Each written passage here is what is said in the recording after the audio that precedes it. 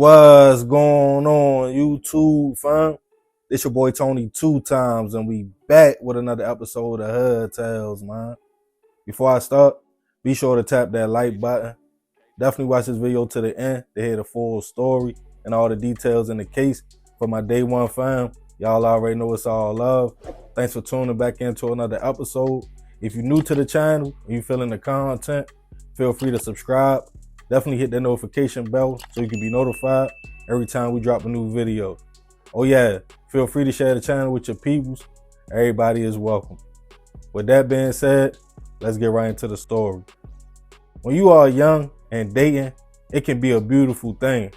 Trying to find someone you have things in common with, getting to know a person, and hopefully as y'all move on, it evolves into something real. Of course, nowadays, the dating world can get crazy. You have people out here acting like they are really on a dating show in real life, like it's popped a balloon, critiquing each other's clothes, shoes before they even sit down and talk to a person. While some are looking for a partner to build a business with, travel with, and share highlights with on social media, they might look good together, but really behind closed doors, they can't stand each other.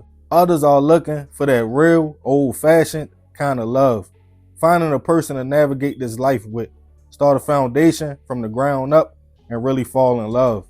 But navigating through the weirdos, finesses, and phonies, that's a job within itself for both men and women. But speaking from a man's perspective, it definitely can get super tricky. Most of us are used to a woman who is dating, maybe looking for a come up, somebody to take care of her, but now you have women carrying it like men. They are lurking, looking for licks, a man to set up and rob. We never look at a pretty face and see evil. With most men, we are blinded by the possibilities, by either being with a beautiful woman physically or making her our girl. But with this backdoor culture, it's getting real out here. Some women are dating and not even really single. They plot on men they think have more than their boyfriends, act like they really like them, only to set up the play. And unfortunately, we never really know when a woman is a setup queen until it's too late. And on this episode of Hood Tales, we'll be taking it to Naptown, Indianapolis, Indiana, to discuss the case of a man who was tricked into a date just for the woman to set up the back door for her boyfriend. Earlier this year, 25-year-old Jerel Pryor was navigating life in Indianapolis. Described as a cool young guy, down to earth, he liked to laugh and have fun. Very much into fashion, looking nice, but also hard working and dedicated to his main focus, his 2-year-old daughter. Jerel was a single father, but with the help of his family, who he was very close to, he was able to get up every day, go to work, and provide her the best life he could. He loved nothing more than taking his daughter out and being a dad. But also young and in his prime, Jerel had no shortage on attracting females and dating. Always fresh, having his own car and a good job, for most women, they felt the young man was a good catch. Looking for something solid, Jerel would find himself feeling a 19-year-old woman he met on Instagram. Her name was Alexis Hawkins. As the two chopped it up and scrolled through each other's profiles, Jerel figured him and Alexis could possibly start kicking it if she wanted to take things offline and meet in person. She asked when could they link up. While always working and having his daughter, Jerel told her he would let her know soon and hit her back as soon as he was free. But little did he know, Alexis had a whole boyfriend, 18-year-old Brian Winston Jr.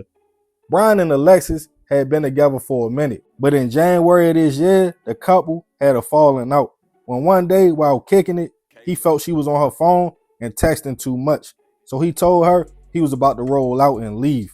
She told him, if you leave, I would just find another man, in which Brian said, all right, bet. But the two kept communicating with each other and remained together, especially when Alexis told him what she brought to the table.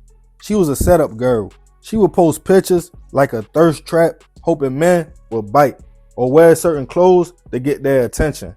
Reel them men and alley-hoop them, setting them up to be robbed by whatever dude she was with at the time. She told Brian she had already hit one part of the city too hard, and the men in that area knew her MO, but Jerel didn't.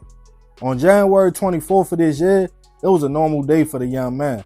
He went to work, and left his daughter at his grandmother's house. When he got off later that night, having some free time, he told his family he would be home soon and decided to text Alexis, asking her, "When you free?" She hit back and they set up a date for that night. Jerel went to pick her up, and as they rode around, they hit a local McDonald's, then a liquor store. Now the next morning, on January 25th, Jerel, while thinking he was on a real date with a pretty girl, didn't peep she was texting the whole time. Then as they arrived on 49th Street and Primrose Avenue on the city's north side, while sitting in the car, a man ran up, demanded Jerel kick out everything before multiple shots went off. Local police were called to the scene to find Jerel suffering from multiple gunshot wounds, and unfortunately, he would be pronounced gone at the scene. With no witnesses and thinking he was alone, police didn't have no leads on what happened and no suspects, only his phone.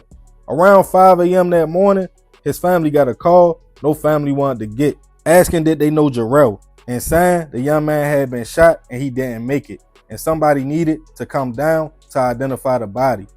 Family members had to explain to his daughter where her father was at, as she asked, "When is daddy coming home?" While they were left to grieve, police started an investigation. They started off and where Jerel went after work, tracking his debit card transactions to McDonald's and a liquor store, before then getting messages from his phone. They looked into his text messages and Instagram. They noticed his conversation with Alexis, and one of his last texts, "When are you free?" Police then got a search warrant to get Alexis' phone records and also access to her Instagram. They quickly realized she was in a car with Jerel. Their phones was traveling together that night, and she also was texting somebody else their every move and location. Almost a month would go by, and when police felt they had enough evidence, they went and picked up Alexis for questioning.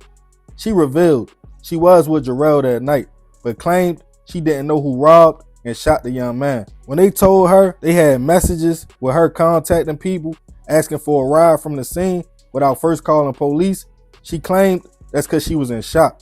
Then police told her they knew she was texting a man, plotting in her words to make a play. Alexis told them they had no weapon or fingerprints on her and got defensive, stating she didn't do anything. When asked what does making a play mean, she shut down and asked for a lawyer. She was taken into custody, charged with first-degree hit, accessory to robbery, and other charges. As it was determined, she set up the whole situation. A few weeks later, after finding messages between Alexis and Brian, including one with her texting him at 5 a.m. the same morning of the shooting, saying she left the scene, and also sending and searching articles that day of shootings in the area, with one of Brian's last text messages to her saying don't say too much and delete everything. They went to pick the young man up for questioning. At first, he refused to open the door. Then he finally came out. He was taken down to the station. He stated Alexis was his on-again and off-again girlfriend, claiming they were in an open relationship, and he had her and other girls who set up men for him. But he claimed he didn't participate in the robbery and slaying of Jerel. But with the evidence, he was also taken into custody, charged with robbery and first-degree murder as well. As Jerel's mother and father got the news an arrest had been made, they spoke to the news, stating they were devastated. They let it be known he lost his life for going on a date, and that the people who did it got nothing from the situation, but took everything from them and his daughter, as they celebrated her 3rd birthday without her father. They also stated no matter how much time Alexis and Brian got, it wouldn't bring Jerel back. As of now, both Alexis and Brian are being held without bail, and they both are innocent until proven otherwise. Rest in peace to Jerel.